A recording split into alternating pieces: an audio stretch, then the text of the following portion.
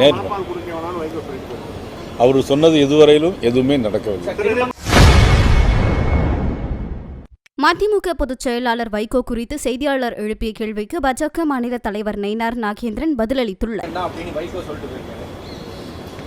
வைகோ எங்க போயிருக்காங்க? நேற்று அதாவது பேச்சில் வேணும். அண்ணன் வைகோ அவர்கள் எங்கள் ஊரை சார்ந்தவர், நான் பெரிதும் நேசிக்கக்கூடிய ஒரு தலைவர்.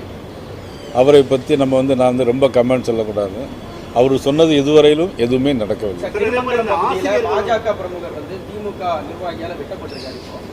இப்போ தான் பார்த்தேன். அதாவது இன்னைக்கு திமுக எல்லாருமே கட்சிக்காரங்களுமே அடுத்தவங்கள தாக்கிட்டே இருக்காங்க.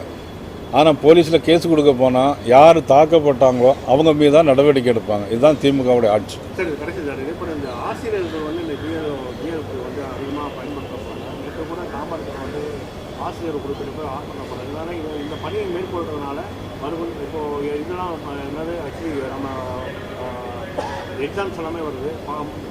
மாணவர்களுக்கு பாடம் எடுத்து கொடுக்க முடியலை. மேன்மையான பணி அதுதான். ஆனால் இந்த பணி அவங்க ப்ரெஷர் பண்ணுறாங்க. இப்போ குற்றம் சாட்டுறாங்க.